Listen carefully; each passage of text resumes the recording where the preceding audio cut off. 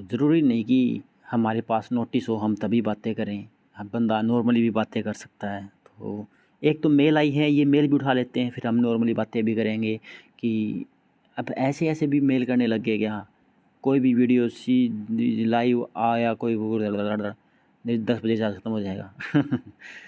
ठीक है भाई। सोनू बुक्कड़ देखिए ऐसे-ऐसे मेल करने लग गए क्या भाई? सुमित भाई राम राम, मेरी आईडी में ये दिखा रहा है, क्या है बताइए भाई प्लीज़? क्या है? कुछ भी तो नहीं है। ऐसे-ऐसे मेल करोगे तो फिर क्या करेंगे बताइए? क्या है? कुछ भी तो नहीं है, नॉर्मल तो चीज़ है, सबको हो रहा है ये। राहुल जी बोल रहे हैं, अब ये राहुल जी ने भी सेंड कर दिया लेकिन कुछ पूछा तो नहीं। जी मैंने देख लिया, अब मैं देख के मैं भी इग्नोर कर दूँ? क्या है यार भाई? जो चीज़ का स्क्रीनशॉट भेजना होता है ना, उस चीज़ का स्क्रीनशॉट आप नहीं भेजते कभी भी। Required, not required, not required, आपने रिन्यू नहीं किया या आप किसी चीज़ से सस्पेंड हो या डिबार्ड हो, ये चीज़ मत भेजो। रिमार्क्स है ना वो चीज़ आपने, यार आप सभी अब आप ग्रेजुएट हो, 15 रुपये आपका अलाउंस अपलोड हो रहा है, तो आप इतने भी बालक मत बनो भाई।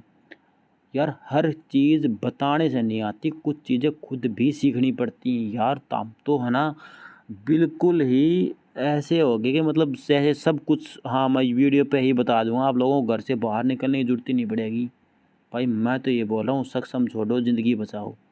सक्षम में कुछ नहीं रखा भाई, टाइम से बता रहा हूँ, मैं तो कभी से बता रहा हूँ, टाइम से क्या, जब से सक्षम यूना की वीडियो बनाता है मैं तब से बोल रहा हूँ। वरना कोई भी बंदा ऐसा नहीं बोलता कि जिसका जिस चीज़ का चैनल हो वो बोल रहा कि छोड़ दो भाग जाओ भाग जाओ गोली खोलो।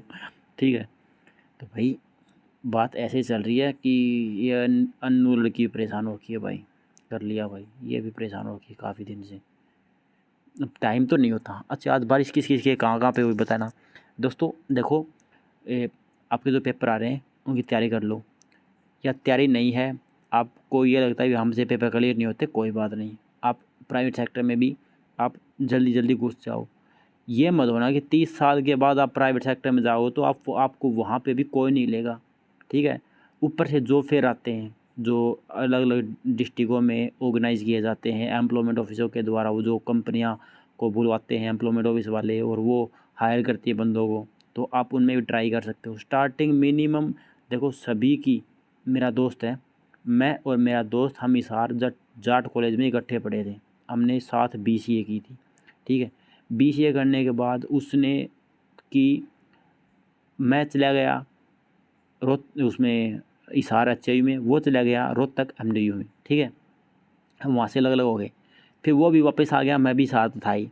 उसने किया है 1 साल 2 साल बिल्कुल फ्री में काम कंपनी में।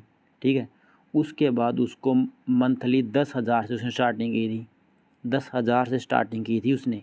ठीक है, और आज जो है उसकी सैलरी 84,000 हो रखी है, 84,000 सैलरी है। उसने कंपनी चेंज कर दी, फिलहाल वो नोएडा है।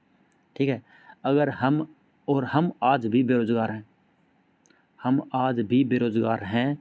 और अगर हमें, जैसे मेरे पेपर आया हुआ नोएडा NTA विश्व भारती का, अगर ये पेपर क्लियर भी कर देता हूँ मैं, तो सैलरी स्टार्टिंग होगी, ये मान लो ग्रुप D की होगी या C की भी होगी, ये 24 से 25-26 तक ही होती है स्टार्टिंग इनकी।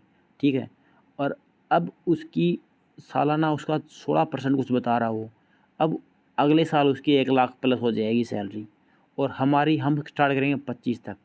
कोई भी एक नॉर्मल ग्रुप D वाला C वाला जब तक रिटायरमेंट होएगा तब तक वो मैक्सिमम लाख, सवा लाख या 1.5 लाख तक ही पहुंच पाएगा, और वो 1 लाख पे फ़िलहाल आज है। और ऐसा तो है नहीं कि नौकरी घर बैठे ही, मतलब घर पे ही करनी पड़ेगी जॉब, ऐसा तो नहीं। ये जो मैं पेपर दे के आऊँ नोएडा वाला, इसकी जॉब लोकेशन जो है वेस्ट बंगाल है, ममता बनर्जी वाले इलाके में ठीक है, वेस्ट बंगाल, वहाँ पे जॉब करनी पड़ेगी। वो नोएडा करा, वो नज़दीक हो गया, उसकी सैलरी फालतू है। तो किसी भी प्राइवेट सेक्टर को आप कमज़ोर मत समझिए, ये मैं सारी बातें एक्सपीरियंस बात बता रहा हूँ, क्योंकि वो मेरे दोस्त है, उसकी सैलरी अच्छी है, अच्छा काम मिला है, उसका एक्सपीरियंस शेयर कर दिया आप लोगों के साथ, और मेरा एक्सपीरियंस शेयर कर दिया। ठीक है, एक बेरोज़गार का और एक नौकरी पेशे वाला आदमी का, दोनों का एक्सपीरियंस शेयर कर दिया है। अब थोड़ा बहुत दिमाग आप खुद लगा के चलाओ कि आपको कहाँ पे कैसे क्या सेटलमेंट करनी है। पहले बता रहा हूँ, गवर्नमेंट जॉब मिलनी आज के दिन बहुत ज़्यादा मुश्किल हो रखी है, ये बात भी रियलिटी है। लेकिन अगर आप कोई भी प्राइवेट जॉब करते हो तो सबसे पहले चाहे आपको 8,000 या ये देखो स्टार्टिंग यही होती है 12,000 से होती है, 2,000 ऊपर या नीचे, ठीक है, 12,000 से ही होती है स्टार्टिंग, ठीक है। वो शायद 18 शायद ही कोई देगा, 18 शायद ही, बस 2 या 3 ऊपर मिल सकते हैं, 15 भी हो सकते हैं, 14 भी हो सकते हैं, ठीक है। तो आप स्टार्टिंग कर लो, कोई दिक्कत नहीं। 1 साल कैसे कैसे करके निकाल लो, चाहे बचो या ना बचो। 1 साल के बाद आपके पास हाथ में आ जाए एक्सपीरियंस, जिसको बोलते हैं रामबाण। फिर आप कहीं भी कंपनी चेंज मारो, आपकी सैलरी डबल होती रहेगी। प्राइवेट सेक्टर में इतनी जल्दी सैलरी इंक्रीज होती है, इतनी गवर्नमेंट सेक्टर में कभी भी नहीं होती, कभी भी नहीं होती।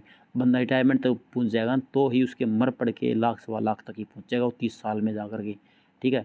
30 के तो 25 के अब हो जाएंगे, आगे आगे हो सकता है कि 58 में रिटायरमेंट करें या 55 में रिटायरमेंट करेंगे। मतलब नौकरी की 30 साल ही नौकरी की जाएगी, ठीक है। 30 साल की उम्र में आप लाख तक ही पहुँच पाओगे, लाख सवा लाख तक।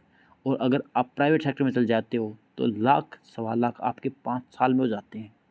ये बात सभी को पता, मैं नहीं, कोई मैं अलग कोई बात बता नहीं बता रहा, ये बात सभी को बता के आपके अड़ोस पड़ोस में दोस्त कोई भी जॉब लगा हुआ उसको पूछ लेना कि 5 साल उसको जॉब करते हुए हो गए, उसकी 1 लाख सैलरी नहीं है क्या। ऐसा ही होता है दोस्तों, ठीक है। ये आज बातें कुछ हकीकत बातें हम बता देते हैं, कभी कभी अपना एक्सपीरियंस शेयर कर लेते हैं। तो गवर्नमेंट जॉब की तैयारी करे तो वो भी ठीक है, ना कर रहे तो भाई अपना कोई ना कोई रोज़गार पकड़ लेना टाइम से। ये ना हो कि आपका टाइम में चले जाए, क्योंकि फिर गवर्नमेंट सेक्टर वाले ही बोलेंगे कि आप कैसा के हो गए 32 साल के 35 साल के। तो 35 साल वालों को क्यों लेंगे, वो नए लड़कों को लेंगे, जिसकी उम्र 22 से 25 साल होगी वो उन लड़कों को लेंगे। 35 साल वालों को क्यों लेंगे, वो नहीं लेंगे ना। इसीलिए हर एक चीज़ की टाइम पीरियड होता है, हर एक चीज़ का